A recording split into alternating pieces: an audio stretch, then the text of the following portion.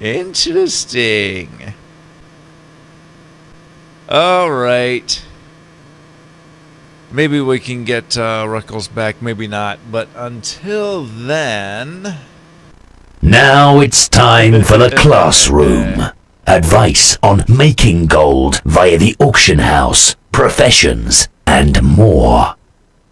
Oh, it's all you for now. Oh, pets! And more pets! Go for it. Yay! 2 new pets this week! 2 new pets!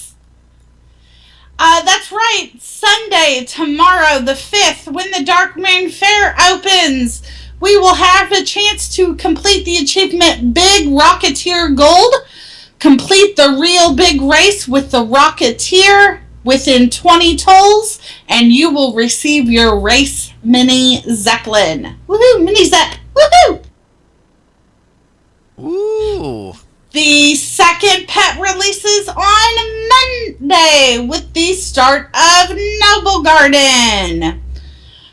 With the beginning of Noble Garden, you can buy a mystical spring bouquet. Ooh. Cost of 100 chocolates.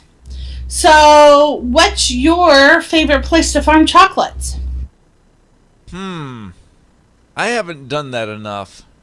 You haven't really? I haven't done it enough.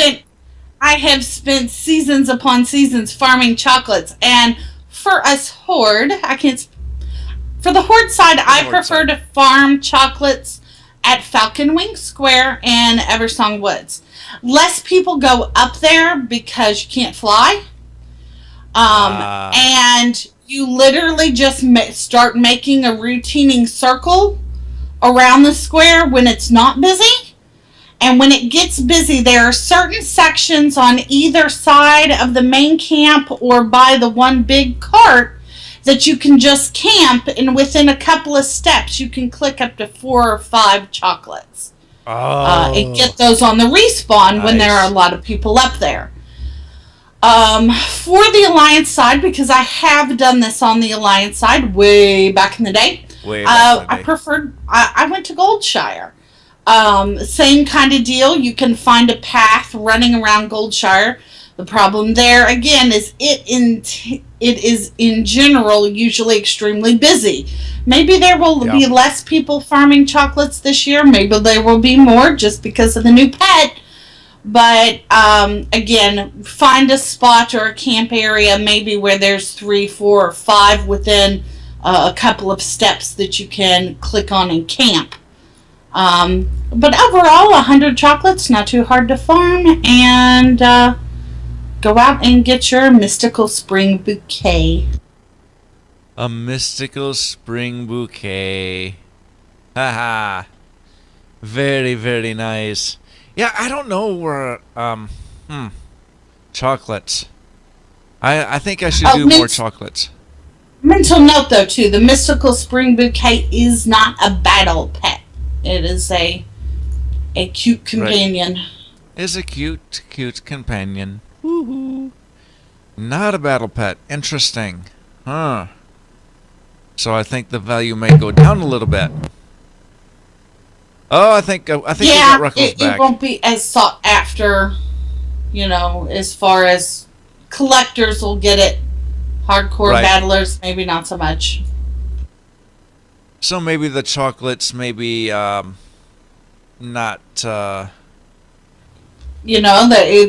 It's one of those chances, though, that if you get 100 extra chocolates, if you farm it up and hold on to it in 6 months or so, you never know who's going to be collecting then to turn a profit.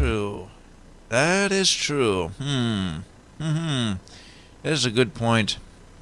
By the way, I think Alessander said... Yeah, she got the Ancient Nest Guardian from Archaeology this week. Nice. Well, congratulations. And welcome back, And I'm sir. back. I'm back, yes. My power went out. I apologize. That's all right. That's all right. So... I'm lucky mine didn't go out yesterday. Yeah, I've seen that on Facebook. Yeah, I needed a boat to get out of my neighborhood yesterday. Not too much fun. Oh, jeez. No, that was... Yeah, flash floods paired with a major industrial fire at a manufacturing facility here in town. That shut down my daycare that's 2 blocks away. So, me and the girls got to spend the day at home. Yeah. Oh, and did we go over the best way to get eggs, or just the best? I did. You can chime in on that. Yes, please. Your input is appreciated. We haven't left that area yet. Okay. Well, I never did a video on it, but just at Falcon Wing Square, is that what it's called? Yes, that is in Eversong by far the best spot, unless there are 3 or more people there. The best place to get eggs, you just circle the fence. There's little fence posts. Yep. You just circle the fences, and there's a little wagon cart in the northwest corner. There's 4 eggs there, or 6 eggs around the little wagon cart. Somewhere like that, yeah. And you run up from the wagon cart up to the wall, and then you run around across the wall, and then you just follow along the fences, and then up to the wall, and then you just follow back along the fences and back up to the next wagon and that little tiny itty bitty loop. And I think you can get 300 or 400 eggs per hour, something like that. Yes, it doesn't take long at all. Nope.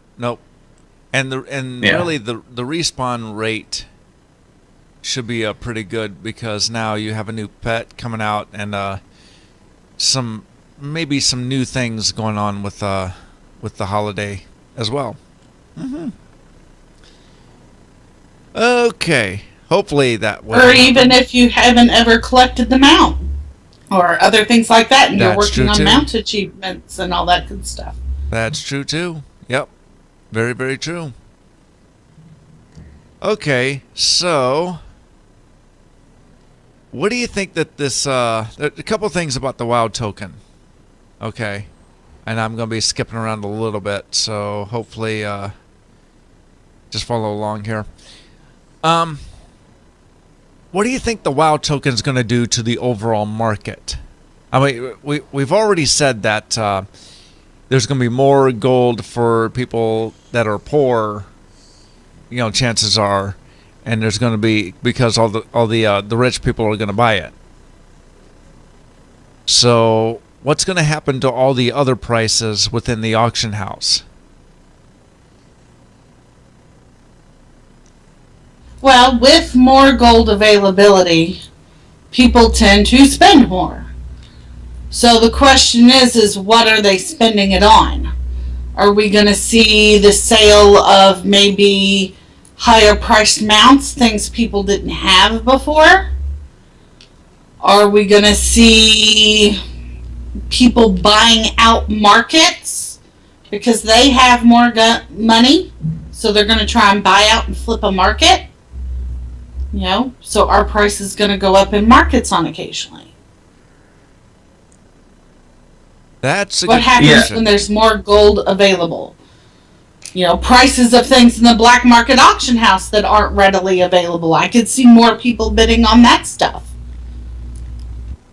That's a really good way of putting it. It's like if everyone who had everyone who sold a WoW token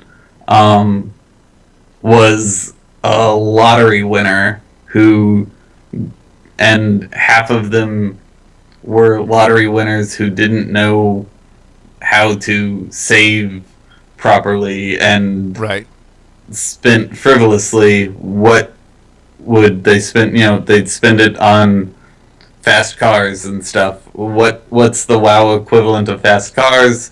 Mounts and pets. So we're gonna probably see a big increase in the mount market, the pet market, high-priced items,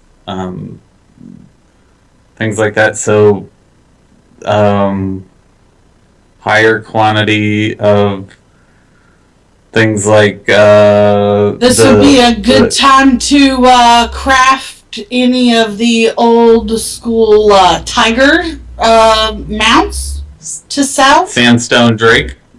Sandstone Drakes, tiger mounts, even the yes. My brain's dead. Flying mechanical mecha suit. Sky Golem. Thank you. Sky Golem. Yes. Yes. No, that is that's some good points. I think craftable mounts and craftable pets. Yeah, certainly. I think if you find cheap, even the cheap TCG pets on one server, flipping it for more on another server.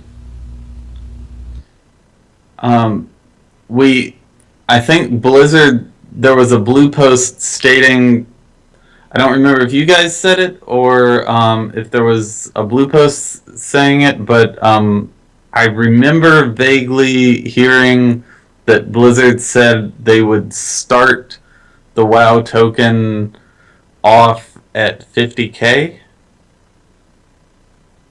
See, that'd be nice. That. Yeah. I haven't heard it. I haven't seen it. No, I don't think anybody's seen that yet.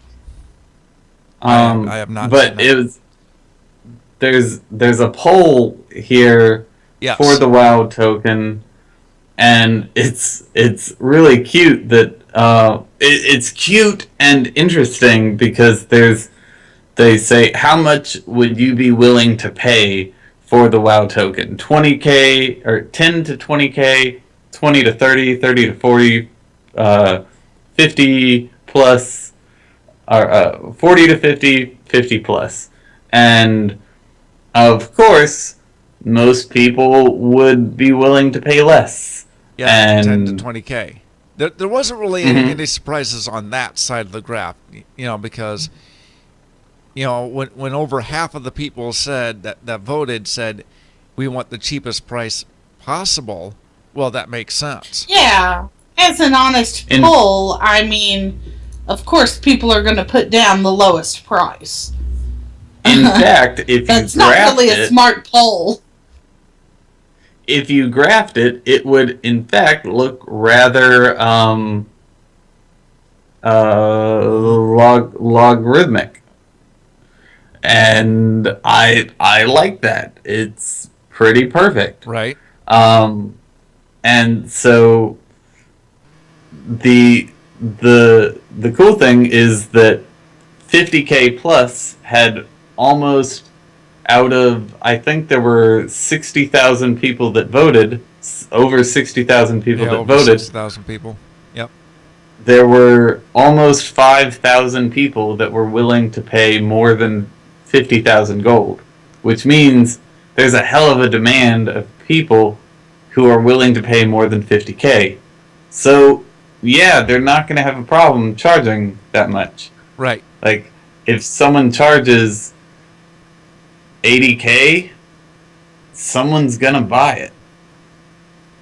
Well, if you take a look at the 40 to 50K price and the 50K plus, that's still about 8,000 people of the ones that voted. So if you do the math on that, if you're getting about, say, 10 to 20% of the player base, maybe a little bit more than that, to buy into that 50K plus, yeah, I think definitely some gold making right there. But look at the other side of this. No, go ahead. No. What are you saying about the other side? That's fine. The other side of this is look at the buying and the selling and the people that will just stay out of the market. This is what's at that price, yeah. This is kind of what's surprising to me, well, at least a little bit. At the top of the list is buying. Almost 40% of the people that voted out of 62,000 voters, 40% of the people said that they would buy the WoW tokens. Only 29% said that they would sell it at 50K. And if people are buying that at 50K, I'm selling. See, I mean, that's the difference. Is right now, I mean, maybe in the future I'll have the excess real life cash to maybe turn some tokens every now and then. But right now, I'm just a buyer. You know, $15 a month is the max I have to contribute right now. You know, I can't see I could be a seller at all. And that means the price of the tokens is just going to be going up. Up. Yeah. The question is, how far up? And yeah. I mean, I have to figure out that at some point, if I'm spending all my time, my game time, making gold instead of enjoying the game, then I'm going to say, heck with trying to make the gold, I'll just spend the $15, you know, and pay for my game time. That'll be it. Well, actually, it's about $20 for a token. But I'm at $15 on my regular subscription. Right. So even to there, you have to figure what's cheaper. Like if you got the 6-month payment plan, like what I've got. I've never been able to do that. Well, it's overall cheaper. It's like a out of $20, I pay like about 14 or 15. So if I'm doing that, why am I going to buy any of these game time tokens out of the auction house? There's no point. So I'm going to be straight selling. You know, and these are going to be these ones where it's going to be day one, and if Blizzard, this is going to depend on how quickly Blizzard reacts to the price, because if they see that, you know, if the demand's not there at 50 or 60K, how long are they going to sit on their hands to reduce the price?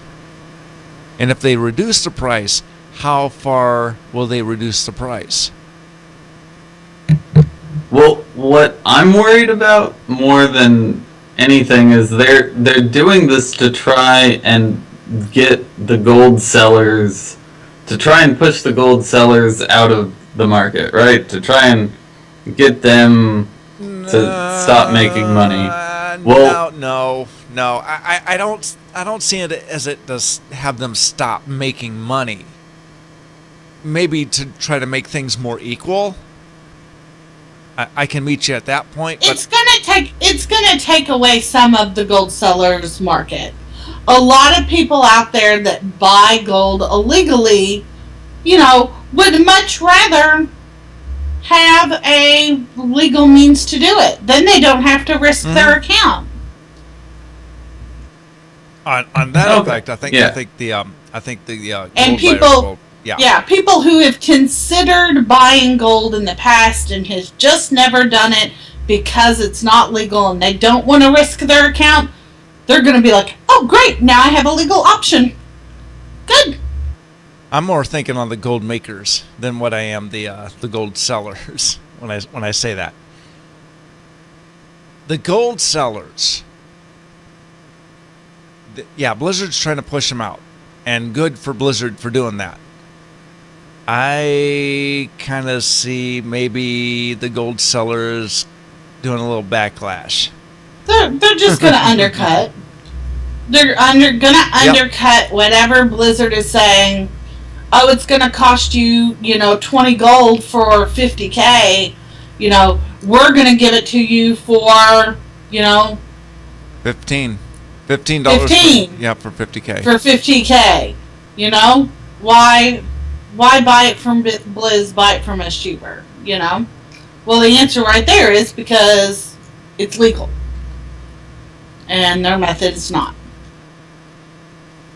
So whether or not that's worth, $5 to you is your option.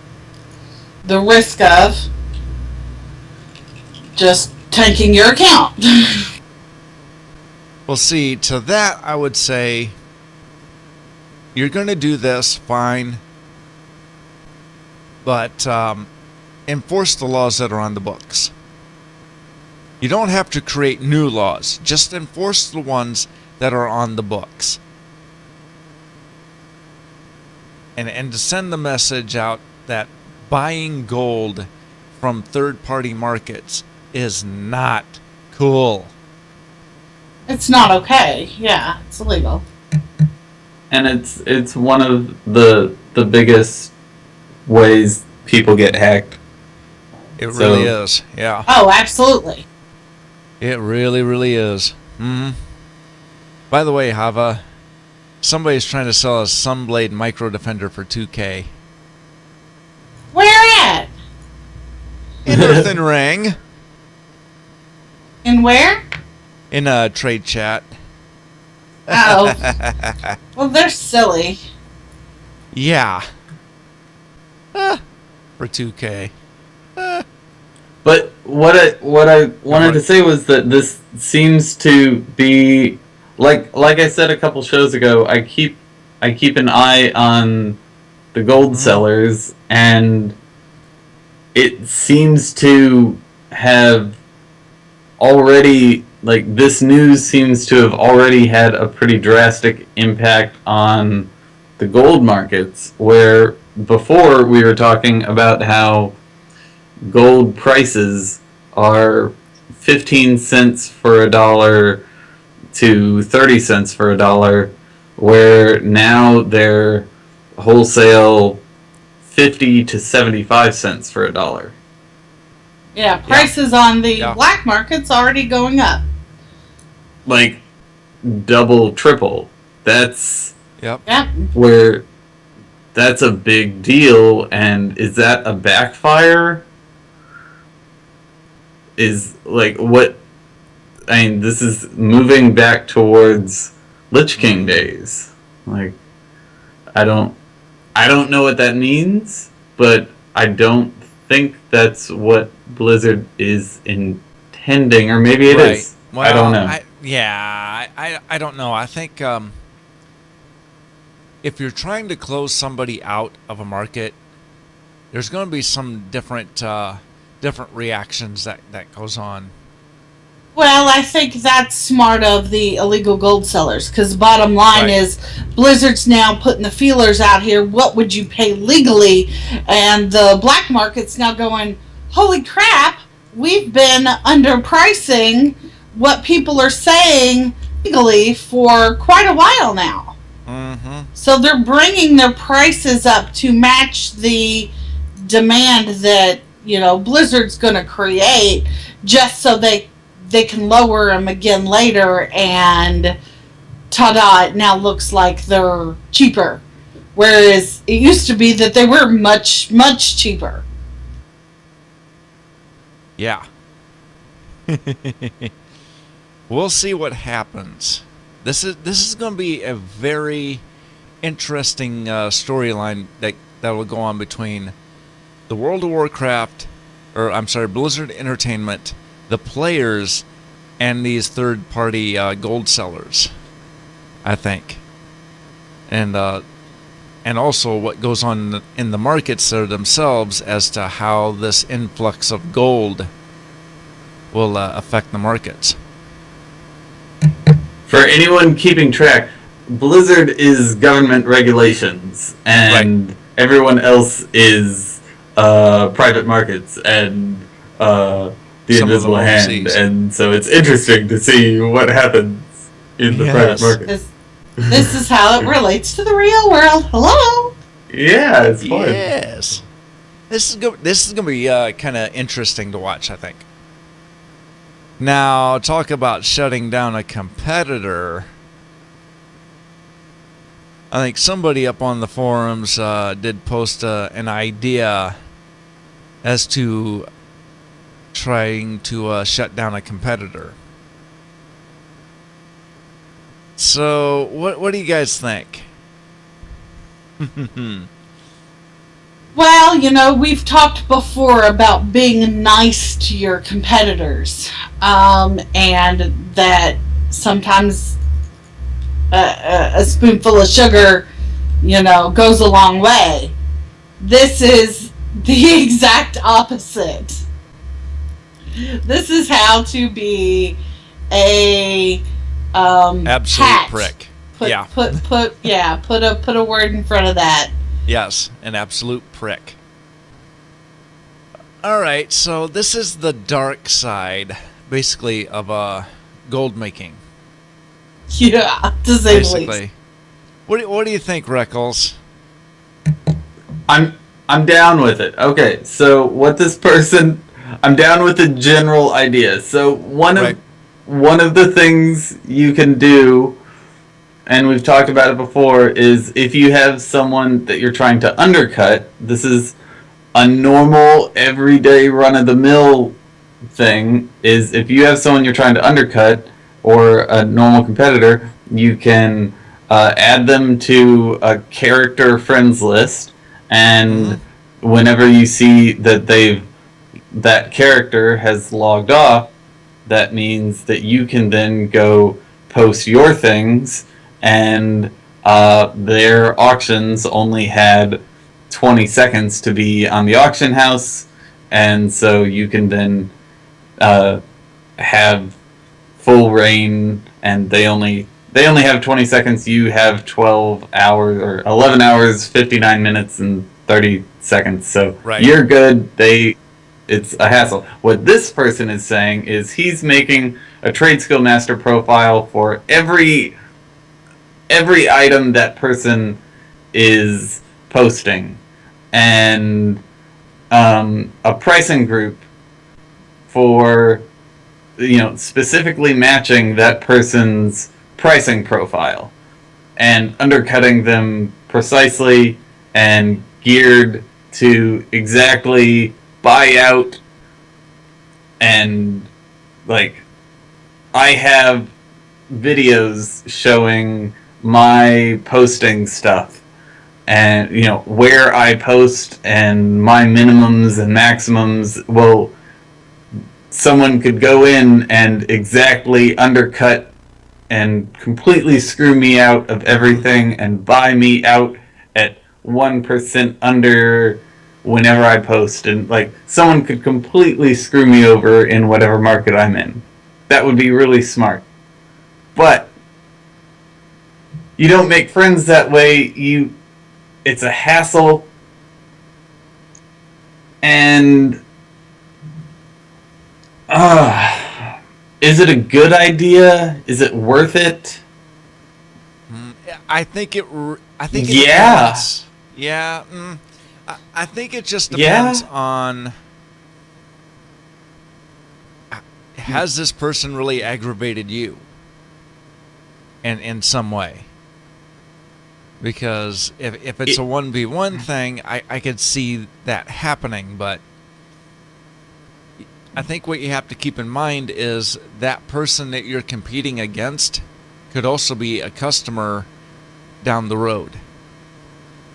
So just know who you're dealing with, know what inventory they have, know how far they're willing to go to farm, because remember that if you sell things, if you're undercutting them, if you're exactly undercutting them all the time, they can still come and undercut you. Mm-hmm. If you're buying them out in order to then repost them, then you're giving them money, and then they can recraft stuff, and you're giving them profits, and you don't know whether they're making profits, whether they're doing full farming, whether they're a full profit operation. So just know who you're dealing with, whether they're happy with you buying and reposting, whether they're happy with you undercutting. Like, you be careful. Yeah. As long as you're happy, you're setting yourself up. Doing your little to make game. sure you're not setting yourself up. Yeah. Right. If you're having fun doing whatever little game you're doing, then friggin' go for it, man. Like, yeah, this is fun. Because the auction house is a game. WoW is a game, raiding is a game, the auction house is a game. If you're having fun playing your little game, cool. If you ever get frustrated playing your little game, stop and move into another market. If you ever lose too much money, stop, move into another market, say, hey, I learned something. Alright? That's what I'm going to say. But this could be a cool learning experience. Yeah. That's what I got. And Alessander makes a good point, too. Also be careful you're not messing over a guildmate by undercutting. Ooh. Yeah. Yeah. And even when you undercut, you only undercut by like a copper, so you're not affecting too much. So. What? You mean that one person isn't the only person in the market? What?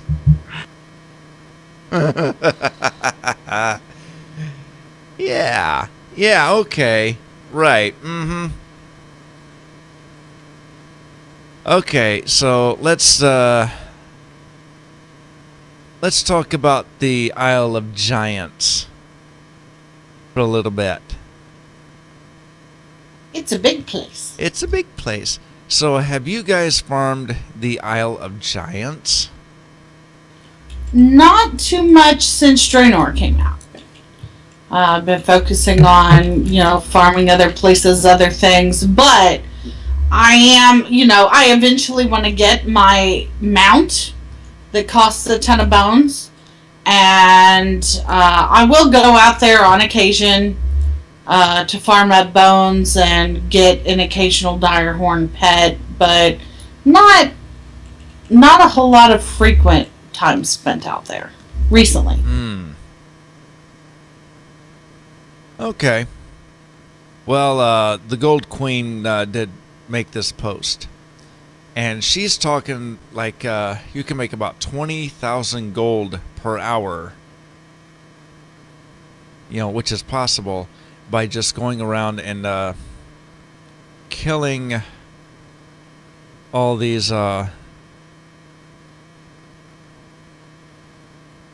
the different beasts that are out there. What do you think, Reckles? Is that a good place to go get some gold? Getting all the bones and all that stuff? Well, I'm glad that, first of all, shout out to WoW Profits. He's a good friend, and he has a new add-on called Loot Appraiser, and everyone go check it out.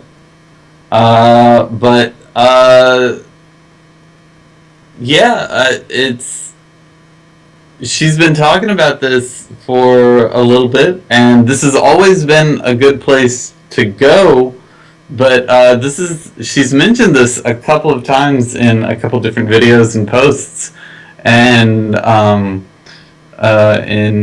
how to overcut and different things like that. But Isle of Giants is, she talks about how if you sell these in stacks of 100, people just buy in stacks of 100 in order to turn in, because they just want the stacks of 100, and people sell in stacks of 9.99 or stacks of 17, whatever they have, and it doesn't go out that there. well, right? Mm-hmm.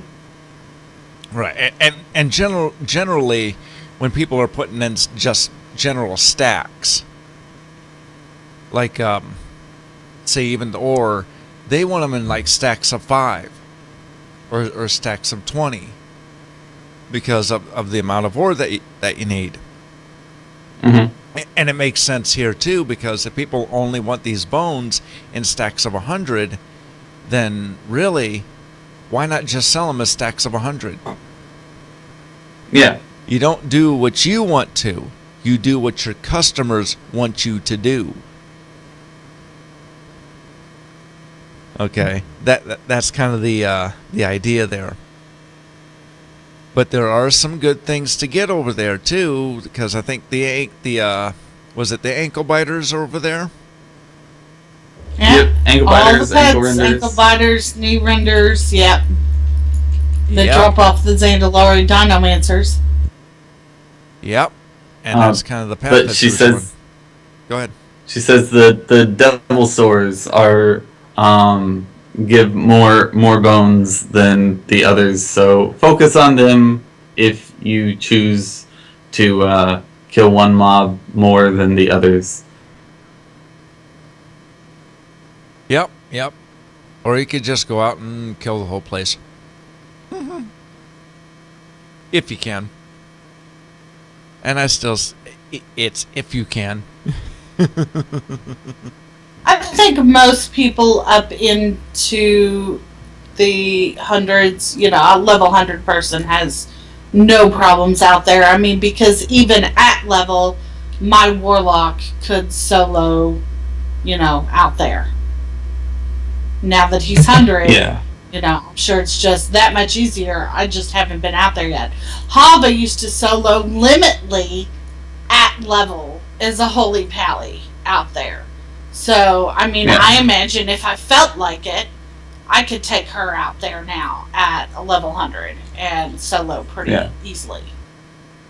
It was still a slow, tough solo, but now I'm sure it's lousy. Yeah. Cakewalk. Yeah. It's easier. It's easier. All right, let's get out of here. All right, people. It's time to end the podcast now. So, how can the players get a hold of you?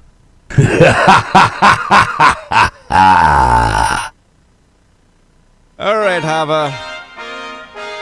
Alright, guys. You can find the show live at 3 p.m. on mobile.alphageekradio.com and on the TuneIn app. You can also find us live on yourwildmoney.com/live at 2:30 p.m. on Saturdays. But if you don't want to listen to us live, you can hear us on Stitcher, iTunes, or other podcast apps. And if you're on the site, you can use the speak pipe at the bottom of the page to leave us a voice message. You can find us on Twitter at YourWildMoney, on Facebook at YourWildMoneyCast, and on LinkedIn.com/n/YourWildMoney. You can find me on Twitch.tv/Lady Hava, at Lady Hava on Twitter, and Lady Hava at YourWildMoney.com. And Twitch is for the better late than never raid times. That's Monday and Thursday, 8:30 to 11:30 p.m. Eastern. And you can find me on YouTube at youtube.com/WTBGoldWow.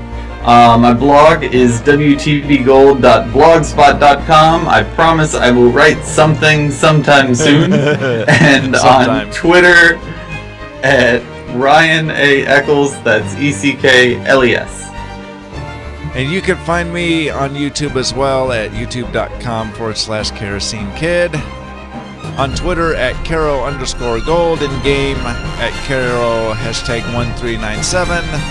Or you can email me, Kero@yourwildmoney.com. Yeah, you got a couple of videos out now, don't you? Got a few. Yes, sir. You got a few now. Getting back in a little bit of a pet battle. I think I seen one. And just before the show, put one out on how to kill the Grim Guzzler on heroic mode. So did that like 5 minutes before the show. So if any Hearthstone players out there, I may be doing the rest of it. I don't know. That will be something to see. All right, guys, it's time to go. Maybe help out the guild a little bit more so I can get my gold on with the guild. If you do the same, you'll be getting your gold on yourself. See you guys next week.